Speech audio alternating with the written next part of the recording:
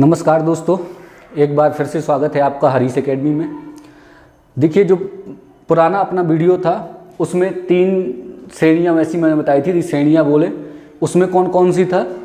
एक तो मैंने उसमें बताया था पूर्वी घाट, पूरा पश्चिमी घाट, ठीक है। इन दो की विस्तृत रूप से चर्चा की थी अपन ने, पूर्वी घाट और पश्चिमी घाट का। आज का अपना जो टॉपिक है, आज का टॉपिक है विंध्य रेंज, यानी कि जो विंध्यांचल पर्वत श्रेणी है अपनी, और सतपुड़ा रेंज। देखो, विंध्य रेंज और सतपुड़ा रेंज जो अपन आज पढ़ने वाले हैं, तो ये जो एमपी वाले जितने अपन लोग हैं, तो विंध्य रेंज सतपुड़ा रेंज अपन ने एमपी जीके में केवल एमपी के स्तर तक पढ़ा है। आज अपन विंध्य रेंज और सतपुड़ा रेंज पूरा पढ़ेंगे कि विंध्य रेंज कहाँ से चालू हुई है और कहाँ तक समाप्त हुई है, सतपुड़ा रेंज कहाँ से शुरुआत इसकी कहाँ तक समाप्त है। और दूसरी एक इम्पॉर्टेंट सूचना ये है कि देखो, अब वैकेंसी हर हाल में 4-6 दिन में नोटिफिकेशन आपके सामने उपस्थित होने वाले हैं एमपी के, है ना। तो उन नोटिफिकेशनों में क्या है कि या तो पटवारी आएगी या जेल एसआई, भले ही व्यापम ने हटा दिए हैं, बट ये यहीं से पोस्टें आना शुरू होने वाली हैं। उसके लिए करना क्या है कि पहले, अब जब कुछ लोग ऐसे होंगे कि जैसी नोटिफिकेशन आएगा वैसी तैयारी करना चालू कर देंगे, लेकिन उसमें होना क्या है कि तैयारी करना चालू करोगे तो 99% ये रहेगा कि सिलेक्शन बड़ा मुश्किल होगा जो नोटिफिकेशन के बाद तैयारी करना चालू करेंगे। करना क्या था कि अभी तक जो समय था अभी तक ही पढ़ना था, और जो कोर सब्जेक्ट में बार बार बोलता हूँ, कोर सब्जेक्ट की तैयारी अपन को कर लेनी थी। कोर सब्जेक्ट कौन कौन से हैं? जीएस कोर सब्जेक्ट में ही आता है अपना, इतिहास, ज्योग्राफी, संविधान, भूगोल, ये जितने भी टॉपिक थे ना, ये अभी तक अपन को क्लियर कर लेने थे, लेकिन नहीं किए अपन ने। जिन लोगों ने कर लिए वो केवल रिवाइज करेंगे और सिलेक्शन ले लेंगे। करना क्या है कि जो मैंने ही अभी आपको कम से कम 32 वीडियो मैंने बनाए पुराने वर्ल्ड ज्योग्राफी के, और 2-3 वीडियो हो गए हैं इंडियन ज्योग्राफी के। 30 मिनट के वीडियो केवल बनाए गए हैं। तो इनको देखना, आप इनको देखिए और जल्दी से जल्दी ये समाप्त करिए, क्योंकि वैकेंसी आपके सामने बिल्कुल आने ही वाली हैं एमपी की कुछ ना कुछ, ठीक है। और एक बार इस बार 8 महीने में सिलेक्शन नहीं ले पाए तो ये समझ लो कि फिर 5 साल तक तो भूल जाओ, है ना। तो चलिए शुरुआत करते हैं। बहरहाल विंध्य रेंज, देखो जो विंध्य रेंज है तो विंध्यांचल रेंज भी इसको बोलते हैं। क्या बोलते हैं? विंध्यांचल रेंज भी बोलते हैं। विंध्यांचल रेंज गुजरात से चालू हुई और कहाँ तक है? बिहार तक गई है।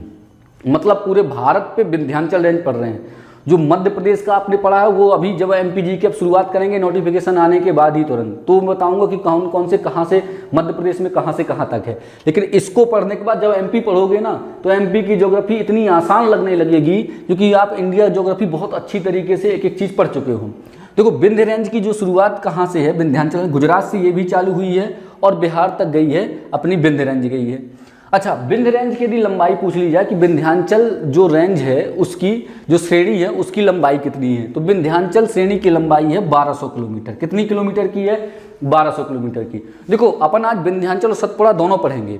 तो विंध्यांचल इस तरीके से गुजरात से बिहार तक गई है, और इसके समानांतर गुजरात से और छत्तीसगढ़ तक। कहाँ तक? गुजरात से छत्तीसगढ़ तक बिल्कुल समानांतर इसी के सतपुड़ा रेंज गई है।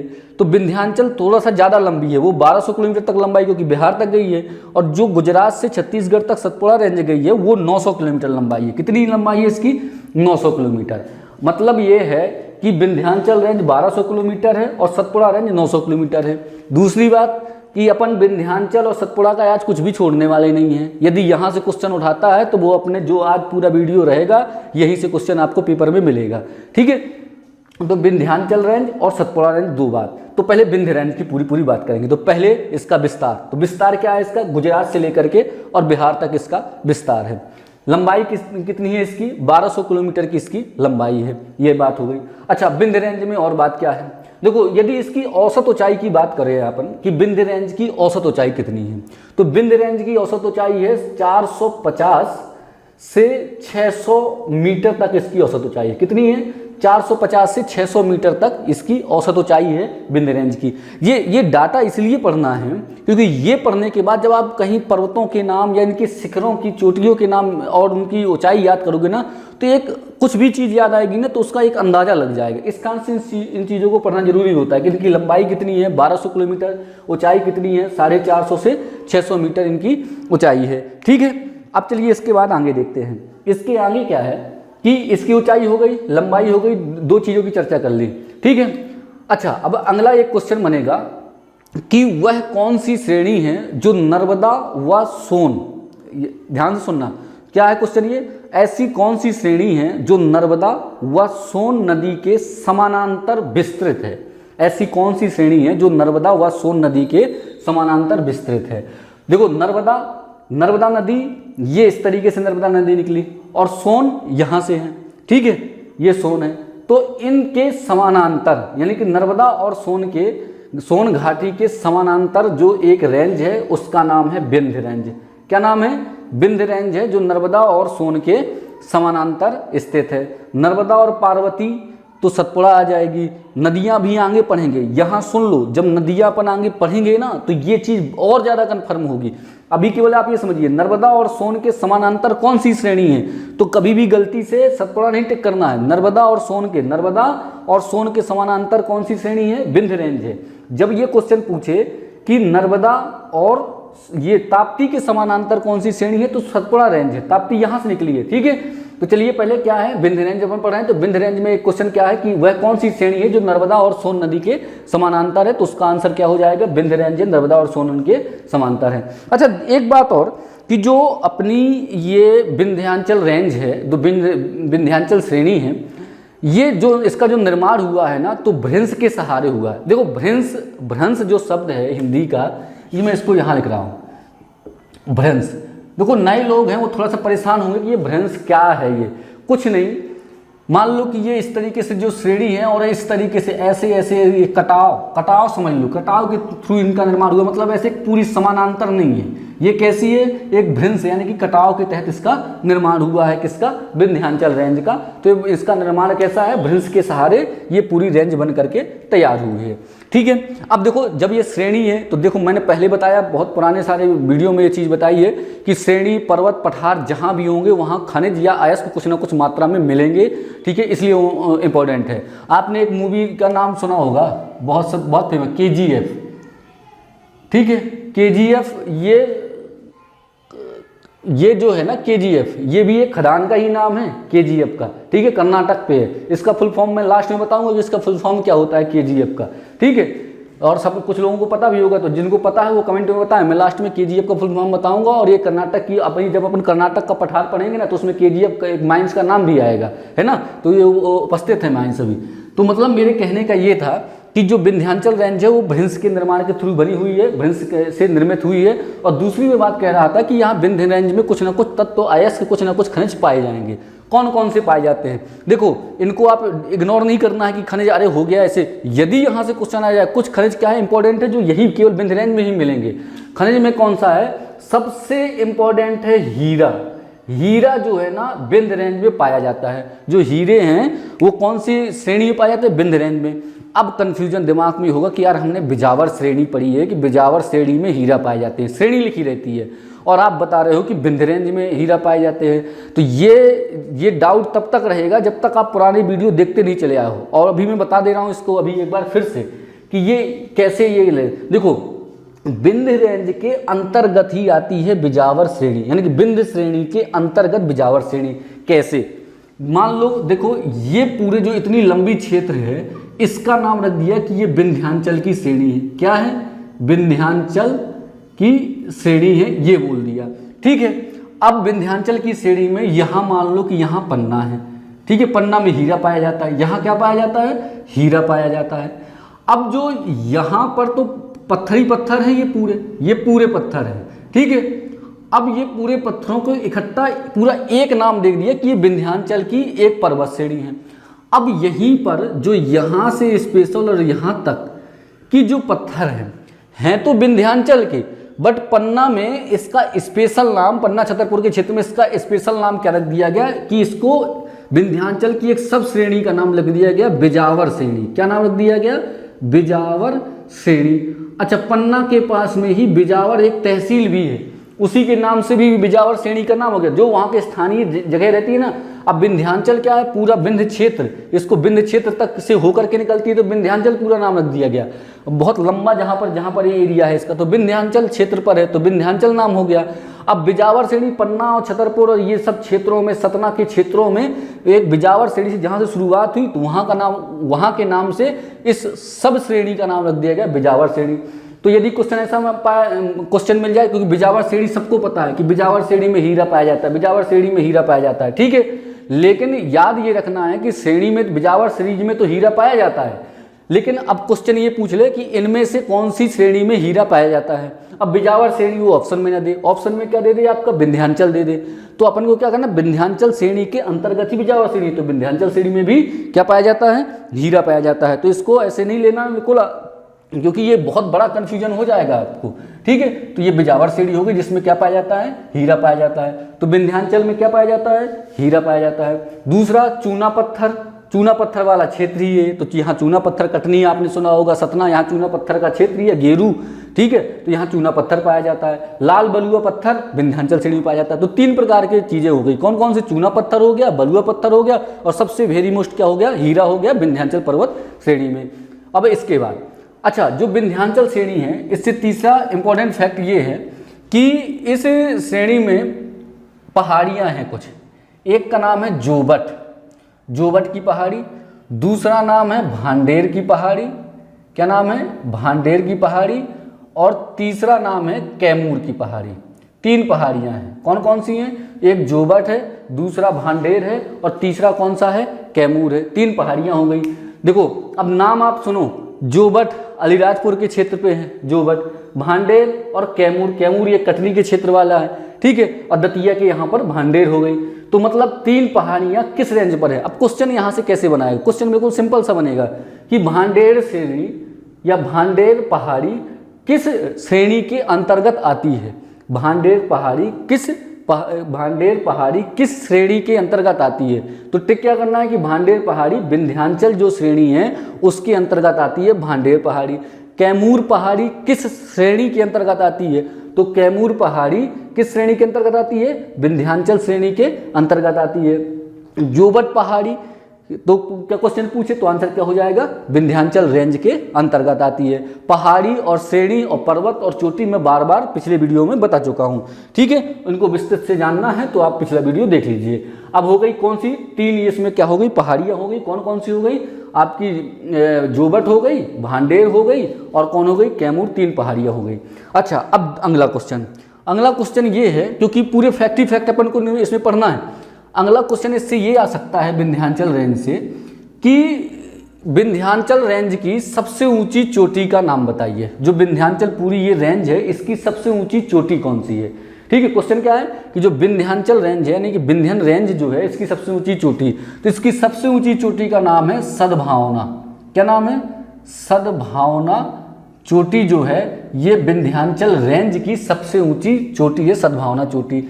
ये लंबाई किसकी, कितने मीटर ऊंचाई है, 752 मीटर की इसकी ऊंचाई है। कितना, 752 मीटर ऊंची है। चोटी का नाम क्या है, सद्भावना चोटी। ऊंचाई कितनी है, 752 मीटर है। बात यहाँ तक समझ में आई कि विंध्य रेंज है, इसकी सबसे ऊंची चोटी का नाम पूछे, सद्भावना चोटी। इसका एक नाम और सुना होगा आप लोगों ने, सद्भावना का एक और नाम है गुडविल। क्या नाम है इसका, गुडविल नाम से भी ये फेमस है, गुडविल की चोटी के नाम से भी इसको जाना जाता है, किसको, सद्भावना चोटी को, ठीक है। ऊंचाई कितनी है, 752 मीटर। अच्छा विंध्याचल रेंज में क्या है, पर्वत पाए जाते हैं। कौन से पर्वत, विंध्याचल रेंज में पहाड़ियाँ तो मैंने बता दी। विंध्याचल रेंज में यदि वनों की बात की जाए कि कौन किस प्रकार के वन पाए जाते हैं, तो पर्णपाती प्रकार के वन पाए जाते हैं। अगले वीडियो में या 1-2 वीडियो के बाद जब वन पढ़ाऊंगा तो बताऊंगा कि ये वन कैसे, पर्णपाती वन क्या होते हैं, आर्द्र पर्णपाती वन क्या होते हैं, इन सब बातों की चर्चा करेंगे। तो अभी आप केवल ये समझिए कि विंध्याचल जो श्रेणी है उसमें किस प्रकार के वन पाए जाते हैं, तो इसमें पर्णपाती प्रकार के वन पाए जाते हैं। और मैंने आपको एक चीज़ और क्या बताई है कि बिजावर पन्ना की जो बिजावर श्रेणी है ना उसमें हीरा पाया जाता है, तो वो मैंने डिटेल में बता दिया। तो देखो विंध्य रेंज में कितने 4-6 इंपॉर्टेंट हैं, बस इतना ही देखना है।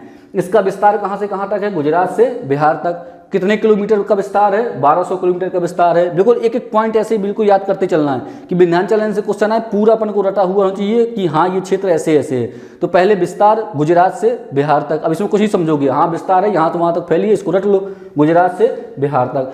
लंबाई कितनी है, 1200 किलोमीटर, दूसरा पॉइंट हो गया। तीसरा, कौन सी नदियों के समानांतर है, तो नर्मदा और सोन घाटी के समानांतर ये श्रेणी फैली हुई है। अगला क्वेश्चन क्या है, इसमें क्या क्या पाया जाता है, तो चूना पत्थर हो गया, चूना पत्थर के बाद लाल बलुआ पत्थर हो गया, और क्या पाया जाता है तीसरा, हीरा, तो ये विंध्य रेंज में पाया जाता है। पहाड़ियाँ कौन कौन सी? 3 पहाड़ियाँ हैं, जोबट हो गई, भांडेर हो गई और कैमूर। 3 पहाड़ियाँ ये कहाँ पाई जाती हैं? विंध्य रेंज में 3 पहाड़ियाँ पाई जाती हैं। अगला क्या बताया था, इसकी सबसे ऊंची चोटी कौन सी है? तो इसकी सबसे ऊंची चोटी है सद्भावना चोटी। इसकी ऊंचाई कितनी है? इसकी ऊंचाई है 752 मीटर, सद्भावना चोटी की ऊंचाई है। इसके बाद और ये सद्भावना चोटी का नाम भी क्या है? सद्भावना चोटी का नाम है गुडविल चोटी के नाम से फेमस भी है। ठीक है, तो ये हो गई आपकी विंध्याचल श्रेणी। बस इतना विंध्याचल श्रेणी में पढ़ लो, यहाँ से क्वेश्चन आएगा। यदि विंध्याचल श्रेणी का कुछ भी क्वेश्चन पूछता है और 4 ऑप्शन देगा तो 3 तो कैंसिल हो ही जाएंगे, अपना सही वाला आंसर अपन को मिल जाएगा। अब चलिए विंध्याचल के बाद दूसरी श्रेणी में चलते हैं, इसी के नज़दीक बिल्कुल सतपुड़ा श्रेणी। जस्ट इसके नीचे, मतलब यहाँ से विंध्याचल से इस श्रेणी के यहाँ आओगे तो नर्मदा नदी मिलेगी। नर्मदा नदी से थोड़ा और आगे जाओगे, खंडवा के आगे, यहाँ जैसे ही पहुँचोगे बुरहानपुर के क्षेत्र में, तो यहीं से आपको सतपुड़ा रेंज मिल जाएगी। सतपुड़ा रेंज तो बहुत ज़्यादा फेमस है। सतपुड़ा के घने जंगल, उमते अनमनी जंगलों के लिए बड़ा फेमस है, क्योंकि ये यहाँ होशंगाबाद के क्षेत्र से होकर के निकलती है ना ये, तो इस कारण से यहाँ पर जंगल बड़े खतरनाक तरीके से यहाँ पर पाए जाते हैं। चलिए सतपुड़ा रेंज की चर्चा करते हैं। देखो मध्य प्रदेश जब पढ़ेंगे तब पर्टिकुलर बताऊंगा कि मध्य प्रदेश में बुरहानपुर से कहाँ तक है सतपुड़ा रेंज। अभी तो केवल अपन पढ़ रहे हैं पूरे इंडिया के उसमें सतपुड़ा रेंज। तो गुजरात से लेकर के छत्तीसगढ़ तक इसकी श्रेणी फैली हुई है सतपुड़ा रेंज की, और सबसे ज़्यादा इंपॉर्टेंट श्रेणी है ये मध्य प्रदेश के एग्जामों के लिए सतपुड़ा श्रेणी। ठीक है, तो सतपुड़ा रेंज कहाँ से कहाँ तक है? गुजरात से लेकर के और छत्तीसगढ़ तक सतपुड़ा रेंज का क्षेत्र है। अच्छा, दूसरा क्या है इसकी लंबाई। तो देखो विंध्य रेंज की लंबाई कितनी मैंने बताई थी? 1200 किलोमीटर, तो सबसे लंबी होगी विंध्याचल रेंज की। और सतपुड़ा रेंज की लंबाई कितनी बताई थी? 900 किलोमीटर जो है, तो सतपुड़ा रेंज की लंबाई थी। कितनी लंबाई थी? 900 किलोमीटर सतपुड़ा रेंज की लंबाई है। तो 1200 ऊपर हो गई और 900, तो मतलब ये हो गई छोटी सतपुड़ा रेंज। अच्छा, अब मैंने नर्मदा और ताप्ती के समानांतर ये भी बहती है। अच्छा, अब अगला ये हो गई नर्मदा और ताप्ती के समानांतर बहती है। ठीक है, क्वेश्चन ऐसा बनेगा, एक क्वेश्चन इसका बनता है हमेशा कि वह कौन सी श्रेणी है जो नर्मदा और ताप्ती नदी के बीच अर्धचंद्राकार, ये शब्द आता है, अर्धचंद्राकार संरचना का निर्माण करती है। वह कौन सी श्रेणी है या वह कौन सी घाटी या कुछ भी ऐसा क्वेश्चन बनाएगा, वह कौन सी श्रेणी है जो नर्मदा और ताप्ती नदी के बीच अर्धचंद्राकार संरचना का निर्माण करती है, तो उसका नाम हो जाएगा सतपुड़ा रेंज। ये बिल्कुल हूबहू क्वेश्चन आपको लिखा मिलेगा, तो बिल्कुल इस क्वेश्चन का आंसर क्या हो जाएगा? सतपुड़ा रेंज होगा, जो अर्धचंद्राकार संरचना का निर्माण करती है सतपुड़ा रेंज। ये कुछ इस तरीके से ऐसे बन के चलती है। ठीक है, ये हो गया अगला क्वेश्चन इसका, नर्मदा और ताप्ती नदी वाला। अच्छा, अब इसके बाद क्या है? देखो जो सतपुड़ा रेंज है वो एक ब्लॉक पर्वत का उदाहरण है। किसका उदाहरण है सतपुड़ा रेंज? ब्लॉक पर्वत का उदाहरण है। अगला पॉइंट क्या हो गया? जो सतपुड़ा रेंज है वो ब्लॉक पर्वत का उदाहरण है। अब ब्लॉक पर्वत क्या होता है? देखो ये मैं इसलिए आपको बीच बीच में क्वेश्चन पूछ लेता हूँ कि ब्लॉक पर्वत क्या होता है, क्योंकि पुराने वीडियो में आधा घंटा इन पर्वतों के बारे में समझाया है मैंने। ठीक है, वर्ल्ड ज्योग्राफी में, तो उसको जाकर के देख लीजिए। तो ब्लॉक पर्वत, भृंशोत पर्वत, सब आपको एक एक पर्वत बताए थे, अवशिष्ट पर्वत। ठीक है, तो जो ब्लॉक पर्वत का उदाहरण कौन सी रेंज है? सतपुड़ा रेंज जो है ना, तो वो क्या है? ब्लॉक पर्वत का उदाहरण है। अच्छा ठीक है, ये सीधे सीधे क्वेश्चन बनेगा कि सतपुड़ा रेंज कौन से पर्वत का उदाहरण है। ऑप्शन में अवशिष्ट पर्वत, ब्लॉक पर्वत, भृंशोत पर्वत, ऐसे ऑप्शन रहेंगे, तो आपको टिक करना है कि जो सतपुड़ा रेंज है वो ब्लॉक पर्वत का उदाहरण है। बात यहाँ तक हो गई। अच्छा, अब इस सतपुड़ा जो रेंज है, जो ये पूरी की पहाड़ियाँ पूरी यहाँ से यहाँ तक पूरे पहाड़ चले गए हैं, इसमें किस प्रकार की चट्टानें पाई जाती हैं? क्वेश्चन क्या बनेगा? जो सतपुड़ा रेंज है उसमें किस प्रकार की चट्टानें पाई जाती हैं? 8 प्रकार की चट्टानें मैंने आपको जस्ट फर्स्ट या सेकंड वीडियो मैंने बताई थी आपको कि चट्टानें कितने प्रकार की है। भारत में 8 प्रकार की है, उनमें से 8 में से कोई 2 प्रकार की चट्टानें इसमें हैं। तो क्वेश्चन क्या बनेगा कि सतपुड़ा रेंज में किस प्रकार की चट्टानें पाई जाती हैं? तो देखो सतपुड़ा रेंज में केवल 2 प्रकार है। एक तो नाम है धारवाड़ की चट्टानें। कौन सी चट्टानें हैं? धारवाड़ की चट्टानें पाई जाती हैं। और दूसरी जो चट्टान है वो गोंडवाना क्रम की चट्टानें हैं। कौन से क्रम की हैं?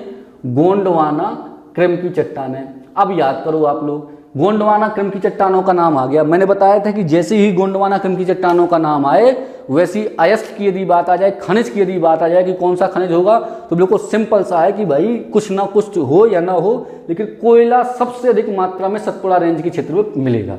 बात तो ये हो गई क्लियर, क्योंकि गोंडवाना क्रम की चट्टानें हैं। तो धारवाड़ क्रम की चट्टानें और गोंडवाना क्रम की चट्टानें इसमें पाई जाती हैं। अभी कुछ नहीं आगे नहीं बताया, लेकिन एक चीज़ क्लियर होगी कि गोंडवाना क्रम की चट्टानें हैं तो 100 to 1% इसमें क्या होगा? कोयला जरूर इसमें पाया जाता होगा, क्योंकि देखो छत्तीसगढ़ ये है, छत्तीसगढ़ तक फैली है, बेलाडेला आपने नाम सुना है और यहाँ पर आपने सिंगरौली का नाम सुना है, तो मतलब 100% ये बात एकदम सही हो गई कि गोंडवाना क्रम की जो चट्टानें जहाँ पाई जाएंगी वहीं क्या होगा, कोयले का उत्खनन अधिक मात्रा में होगा। तो सतपुड़ा रेंज में किस प्रकार की चट्टानें पाई जाती हैं, धारवाड़ और गोंडवाना क्रम की चट्टानें पाई जाती हैं। जो रेगुलर वीडियो देख रहे हैं ना उनको तुरंत समझ में आया होगा गोंडवाना क्रम का नाम लेती है, क्योंकि मैंने पहले ही बता दिया था इसका, ठीक है। अच्छा, अब इसमें और सतपुड़ा रेंज में क्या है, इसकी पहाड़ियाँ देखो, इसमें 3 पहाड़ियाँ हैं, ठीक है। तो 3 पहाड़ियाँ इसमें भी हैं, कौन सी है, एक तो राजपीपला है, कौन सी, राजपीपला, राजपीपला की पहाड़ी है एक इसी के सतपुड़ा रेंज में। दूसरी पहाड़ी कौन सी है इसमें, राजपीपला के बाद दूसरी आ जाएगी महादेव और तीसरी आ जाएगी मैकाल। 3 पहाड़ियाँ इसकी याद कर लो। विंध्याचल की भी 3 पहाड़ियाँ बताई थी और ये सतपुड़ा की भी 3 पहाड़ियाँ हैं। सतपुड़ा की 3 पहाड़ियाँ कौन कौन सी हैं, एक का नाम राजपीपला है, एक का नाम महादेव है, एक का नाम मैकाल है। विंध्याचल की मैंने कौन कौन सी बताई थी, जोवट बताई थी, भांडेर बताई थी और कैमूर, ये तीनों कहाँ की थी, विंध्याचल की थी। और ये सतपुड़ा की कौन सी 3 हो गई, राजपीपला हो गई, महादेव हो गई, मैकाल हो गई, ये तीनों पहाड़ियाँ कहाँ हैं, सतपुड़ा रेंज में। सीधा सीधा क्वेश्चन पूछेगा कि राजपीपला पहाड़ी किस श्रेणी पर स्थित है, तो आपको टिक करना है सतपुड़ा रेंज पर। महादेव मैकाल मेरे हिसाब से सब लोग जानते हैं कि सतपुड़ा रेंज पर स्थित है, यहाँ तक ये बात हो गई। अच्छा, अब ये जो महादेव मैकाल है, ये क्षेत्र है, इनकी सबसे ऊंची चोटी पूछी जाती है, तो कौन सी है, सतपुड़ा रेंज की धूपगढ़, धूपगढ़ की चोटी है जो सबसे ऊंची है, ठीक है। तो कौन सी रेंज में आती है धूपगढ़ की चोटी, सतपुड़ा रेंज में आती है। महादेव के अंतर्गत मैकाल, और मैकाल की सबसे ऊंची चोटी कौन सी हो गई, धूपगढ़ हो गई।